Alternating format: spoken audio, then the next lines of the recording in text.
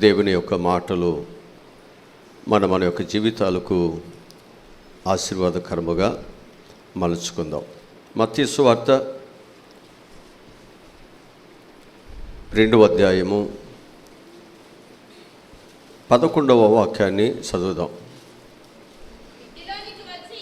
ఇంటిలోనికి వచ్చి తల్లి అయిన మరియను ఆ శిశువును చూసి సాగిలపడి ఆయనను పూజించి తమ పెట్టెలు విప్పి బంగారమును సాంబ్రాణిని బోళమును కానుకలుగా ఆయనకు సమర్పించి తాను.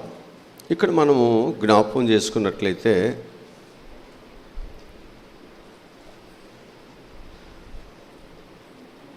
యేసుక్రీస్తు వారి యొక్క జన్మాన్ని తూర్పు దేశపు జ్ఞానులు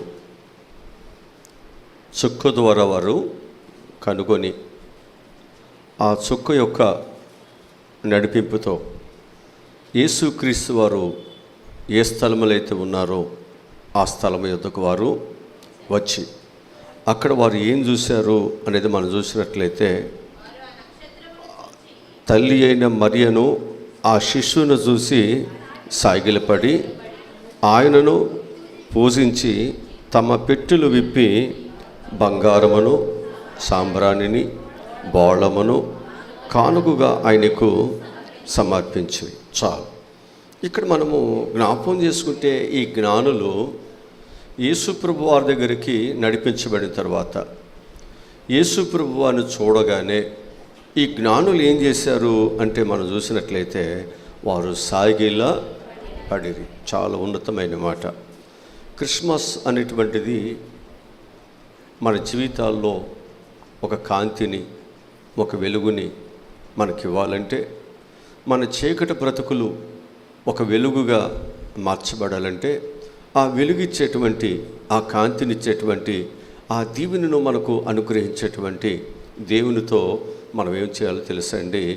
విరిగి నలిగిన మనసు కలిగిన వారమై ఆయనను మహిమ ఎదుట, ఆయన యొక్క ఉన్నతమైనటువంటి స్థితి ఎదుట నేను ఏ పాటి వాడిని, నా చదువు ఏ పాటిది, నా జ్ఞానం ఏ పాటిది అని యేసు ప్రభువారు శిశువుగా చిన్నవాడుగా, వారికంటే వయసులో అన్ని విధాల చిన్నవాడుగా బాలుడుగా ఉన్నప్పటికీ కూడా ఆ జ్ఞానులు ఏం కనుగొన్నారంటే ఆయన యొక్క గొప్పతనాన్ని, ఆయన యొక్క మహిమను, ఆయన యొక్క తేజస్సును, ఆయన యొక్క పరిశుద్ధతను వారు కనుగొని ఆయన ఎదుట మేము గొప్పవారిమి కాదు, ఆయనకంటే మేము ఉన్నతమైన వారిమి కాదు. ఒకవేళ లోకములో మేము గొప్పవారు కావచ్చు, లోకములో అనేకమైనటువంటి చదువులో కానీ అనేకమైన వాటిని కనుగొనే విషయాల్లో కానీ మేము గొప్పవారివి కావచ్చు, కానీ దేవుని దగ్గరకు వచ్చేసరికి మేము ఏమాత్రం కూడా గొప్పవారిమి కాదు అని చెప్పేసి ఏం చేశారో తెలుసండి. వారు దేవునికి వారు సాష్టాంగముగా నమస్కరించారు. హల్లెలూయా. ఇదే విశ్వాసిగా దేవుని దగ్గరకు వచ్చిన తర్వాత మనం ఎవరైనా కావచ్చు, మన గొప్పతనం ఏదైనా కావచ్చు, కానీ దేవుని దగ్గరకు వచ్చేసరికి మనం ఏమవ్వాలో తెలుసండి. అన్నిటినీ విడిచిపెట్టి దేవుని ఎదుట మనము సాగిలిపడాలి. ఇది మనకు ఆశీర్వాదం, ఇది మనకు దీవెన.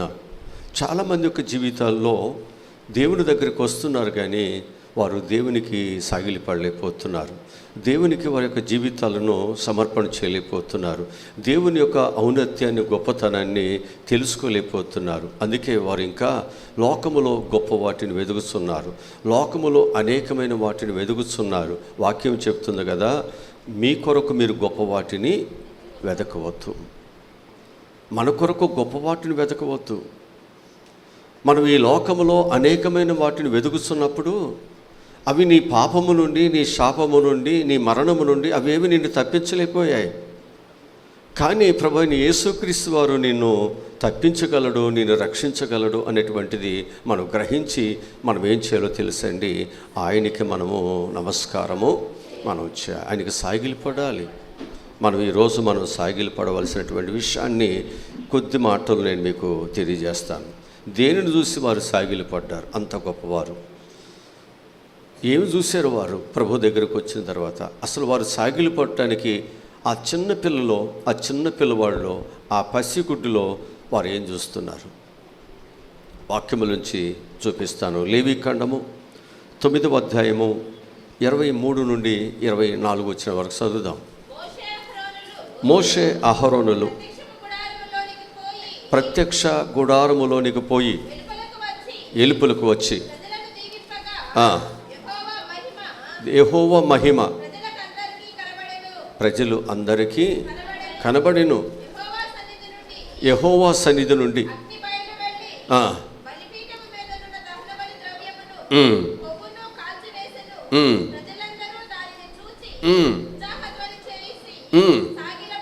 చూసారా?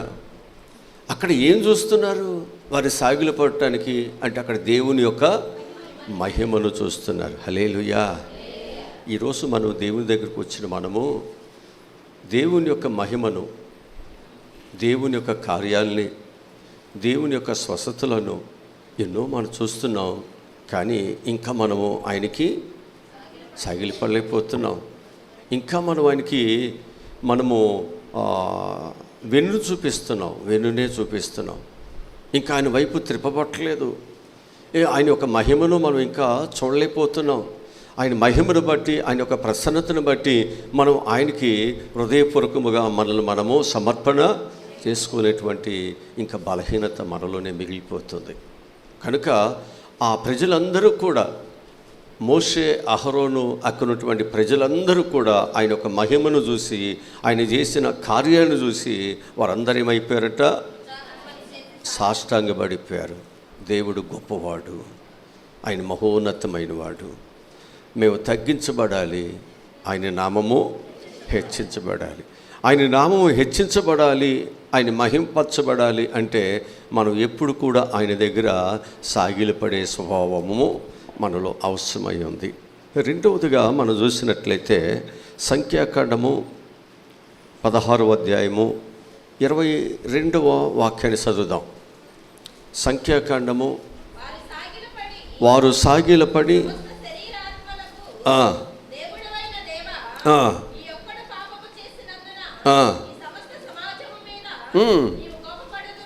చాలు. ఇక్కడ మనం జ్ఞాపకం చేసుకున్నట్లయితే సమస్త శరీరాత్మలకు దేవుడువైన దేవునికి వారు ఏం చేశారట? సాగిలి పడుతున్నారు. ఈరోజు మనము కూడా సమస్త శరీర ఆత్మలకు మన ప్రభు అయిన యేసుక్రీస్తు వారు దేవుడై ఉన్నాడు కాబట్టే మనం ఏం చేయాలి? సాగిలి పడాలి. అంటే ప్రభువా, నేను ఈ లోకములో నేను పుట్టాను, ఈ లోకములో నేను పెరుగుతున్నాను, ఈ లోకములో నేను కుటుంబాలుగా కట్టబడుతున్నాను, ఈ లోకములో నేను ఉన్నతమైనటువంటి స్థితిని సంపాదించుకుంటున్నాను అంటే కేవలమునైనా నీవు నన్ను పుట్టించడం బట్టే, నీవు నాకు ప్రాణం ఇవ్వటం బట్టే, నీవు నాకు జ్ఞానం ఇవ్వటం బట్టే, నీవు నాకు ఈ రూపాన్ని, ఈ స్థితిని భూమి మీద నాకు ఇవ్వటం బట్టే ఈరోజు నేను ఈ స్థితిలో ఉన్నాను.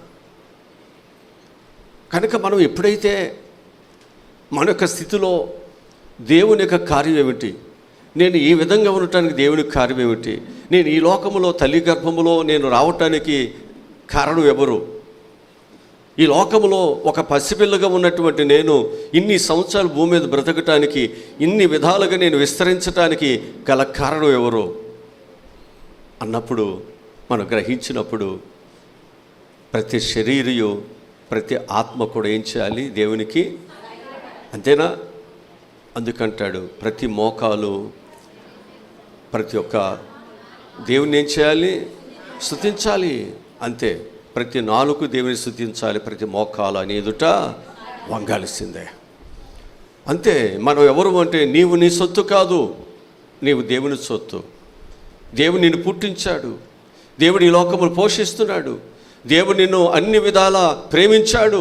నువ్వు పాపిగా ఉన్న ప్రేమించాడు, నువ్వు దౌర్భాగ్యుడిగా ఉన్న ప్రేమిస్తున్నాడు, నీకు ప్రాణమునిస్తున్నాడు, ఆయుష్ని ఇస్తున్నాడు, నిన్ను కాపాడుతున్నాడు, ప్రయాణాల్లో తెగుళ్ళలో రకరకాలుగా నిన్ను పోషిస్తున్నాడు. అందుకే ఈరోజు నువ్వు ఈ విధంగా ఉన్నావు. కనుక నువ్వు దేవుని ఎదుట సాగిలిపడి ఆయన స్తుతించాలి. హల్లెలూయా. ఇక మూడవదిగా మనం చూసినట్లయితే ద్వితీయోపదేశకాండము 9వ అధ్యాయము 18వ వాక్యం చదువుదాం. 9:18 చదువుదాం. మీరు యెహోవా దృష్టికి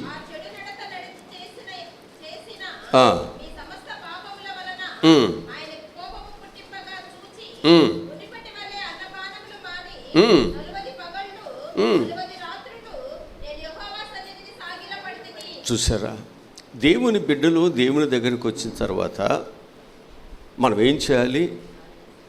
నీ స్థితి కొరకు, నీ అవసరతల కొరకు, నీ పాప శాపములన్నీ తీసివేసే దేవుని దగ్గర మనందరం మోకరిల్లాల్సిందే. నీ కన్నీరు తుడిసే దేవుని దగ్గర, నీ పాపములు తీసివేసి నేను ఆశీర్వాదకరముగా మార్చే దేవుని ఎదుట మనం ఏం చేయాలి? సాగిలపడాలి. మన లోకములో అనేకులు ఎదుట సాగిలపడుతున్నాం, దాసోహం అయిపోతున్నాం, వారికి బానిసలాగా వారు వెంట తిరుగుతున్నాం. కానీ ఎవరు నీకు ఏ విధముగా నీకు సహాయము చేయలేకపోతున్నారు. కానీ మనము నీ పాప శాపములు ఏదైనా, నీ కుటుంబంలో నీ బిడ్డలు గూర్చైనా, నీ భార్య గూర్చైనా, నీ తల్లిదండ్రుల గూర్చైనా, ఒకవేళ నీ గురించైనా, నీ ప్రజల గురించైనా, నీ సంఘముల గురించైనా నీవు దేవుని దగ్గరికి వెళ్ళి ఆయన సన్నిధానములో సాగిలపడి నువ్వు ప్రార్థన చేస్తే దేవుడు గొప్ప కార్యాలు నీ పట్ల చేస్తాడు. ఖచ్చితంగా చేస్తాడు దేవుడు. అందుకే వాక్యములంట పాటలో ఉంటుంది కదా, సాగిల పాడి బ్రోకెదను సత్యముతో ఆత్మాతో మన ప్రభు యేసుని సాగిల పాడి బ్రోకెదను మోషే కంటే శ్రేష్ఠుడు లా నుండి విడిపించు మోషే కంటే శ్రేష్ఠుడు అన్ని మోసముల నుండి విడిపించు వేషధారులను ద్వేషించు ఆశతో బ్రోకెదము వేషధారులను ద్వేషించు ఆశతో బ్రోకెదము సాగిల పాడి బ్రోకెదము సత్యముతో ఆత్మాతో మన ప్రభు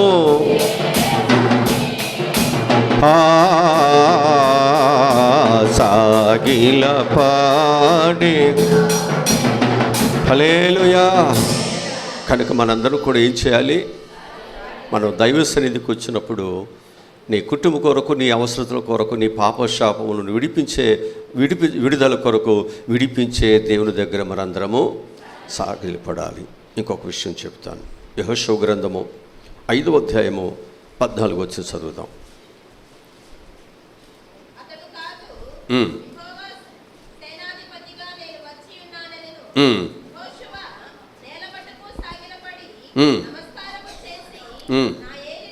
చాలు.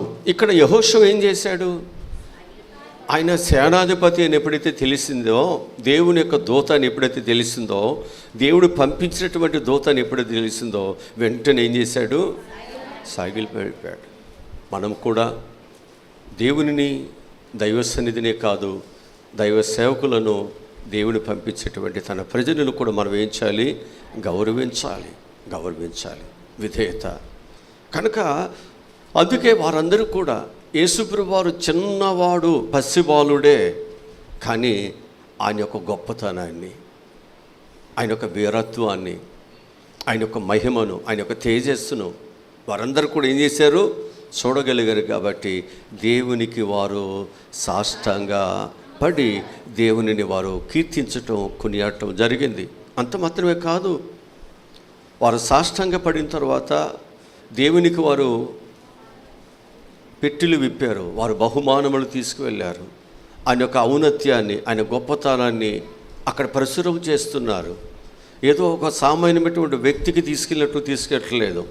ఏదో ఒక వ్యక్తికి ఏదో వారు సహాయం చేసేటట్లుగా వారు ఏదో అక్కడ వెళ్ళట్లేదు. అక్కడికి దైవ సన్నిధిలో మనము దేవుని ప్రేమిస్తున్నప్పుడు, ఆయన గొప్పతనాన్ని మనం చూస్తున్నప్పుడు, ఆ గొప్పతనం కలిగినటువంటి దేవునిని ఏ విధముగా మహిమపరచాలో ఆ విధముగా వారు పెట్టెలను విప్పి వారు అక్కడ దేవునిని మహిమపరుస్తున్నారు.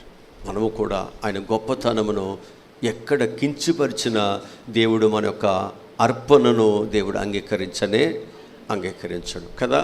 కయ్యను ఏబేలు అర్పణ విషయాలు మనకు తెలుసు కదా. అర్పణను దేవుడు అంగీకరించాలంటే ఆయన యొక్క గొప్పతనము తగినట్లుగా మనం దేవునికి అర్పణను అర్పించినప్పుడే దేవుడు మనకు సహాయమును మనం చేస్తాడు. ఏదో ఒక మనుషునికి లేదో ఎవరికో మనం సహాయం చేసినట్లుగా మన అర్పణలు ఎప్పుడు కూడా ఉండటానికి వీలు లేదు. ఇక మూడవదిగా మనం చూసినట్లయితే వారు సాగిలి పడిన తర్వాత వారు చేసినటువంటి మూడవ పని ఏమిటి అనేది మనం చూసినట్లయితే, వారు ఆ స్థలం నుంచి వెళుతున్నటువంటి తరుణంలో అక్కడ వారు హేరోదు రాజుతో ఒక మాట ఇచ్చారు, మేము వెళ్ళి పూజించి మరలా మీ దగ్గరికి వస్తాం. ఆయన అన్నాడు, మీరు వెళ్ళి పూజించి మీరు నా దగ్గరికి రండి, నేను వెళ్ళి పూజిస్తానన్నారు. కానీ అక్కడికి వచ్చిన తర్వాత దేవుడు ఏం చేశాడో తెలుసండి, మీరు వచ్చిన త్రోవలో మీరు వెళ్ళొద్దు, అక్కడ మీకు అపాయం ఉంది, అక్కడ మీకు మోసం ఉంది, కనుక మీరు ఆ త్రోవలో వెళ్ళటానికి వీలులేదు. గత కాలంలో మనం మోసపోయాం, గత కాలంలో మనం చెడిపోయాం, గత కాలంలో అనేకమైన కన్నీటి వేదన మన జీవితంలో ఉన్నాయి. ఇప్పుడు దేవుని దగ్గరకు వచ్చిన తర్వాత నువ్వు దేవుని యొక్క ఆశీర్వాదాలను నువ్వు పొందుకోవాలి తప్ప నువ్వు తిరిగి మరలా వచ్చిన త్రోవలో వెళ్ళి నీవు దేవుని మహిమను పోగొట్టుకోవద్దు, దేవుని ప్రసన్నతను పోగొట్టుకోవద్దు. దైవ దీవులను మనం ఎప్పుడు కూడా పోగొట్టుకోకుండా జాగ్రత్తగా ఉండవలసిన అవసరం మన మీదే ఉంది. అందుకే వారు వేరే మార్గంలో గుండా వారి ప్రయాణము చేసిరి. దేవుడి మాటలు మన ఎన్నికల్లో దీవించునుగాక. ఆమె తల్ల ఉంచండి, చిన్న ప్రార్థన చేసుకుందాం. మా ప్రభువా, ఈ రోజునైనా ఈ 2024 సంవత్సరం మొదటి ఈ క్రిస్మస్ యొక్క ఆనందాన్ని, సంతోషాన్ని ప్రభువా మేము అనుభవించటానికి, ఈ మొదట కూడికనైనా ఈ విధముగా జయప్రదముగా జరగటానికి అనేకులను సమకూర్చిన దేవా నీకు వందనాలు ప్రభువా. ఈ జరిగినటువంటి నాయన ఈ కార్యక్రమంలో పాటల్లో కానీ, ప్రార్థనలో కానీ, వాక్యంలో కానీ ప్రభా మీరు మహిమ పొందినందుకు వందనాలు ప్రభువా. ప్రతి విషయము చరిత్రలో యేసుక్రీస్తు వారి యొక్క జన్మము అయా రుజువులతో కూడినటువంటి దయ ప్రభువా బైబిల్ గ్రంథములో లిఖించబడినది, రుజువులతో కూడినటువంటిది. కనుక నీ ఒక్కరవే రుజువులతో కూడిన దేవుడుగా, నిజమైన దేవుడుగా ప్రపంచము గుర్తించినైనా ప్రపంచ దేశములు అన్నీ కూడా ప్రభువా నీకు సాష్టాంగపడి నిన్ను మహిమపరుస్తుండగా నీ దీవెన ఆశీర్వాదములు ప్రభువా నీ దగ్గర మోకరిల్లిన విశ్వాసముతో నీ పాదాల దగ్గరకు వచ్చిన మా అందరికీ, అలాగే ఈ యూట్యూబ్ ఛానల్ ద్వారా వీక్షిస్తున్న ప్రతి ఒక్కరికి, ప్రతి కుటుంబానికి ఈ క్రిస్మస్ దీవెనలు, యేసుక్రీస్తు వారి యొక్క జన్మ దీవెనలు, ఆశీర్వాదాలు అందరికీ నిండుగా మెండుగా దేవుడు అనుగ్రహించునుగాక. ఆమేన్. అందరికీ కూడా యేసు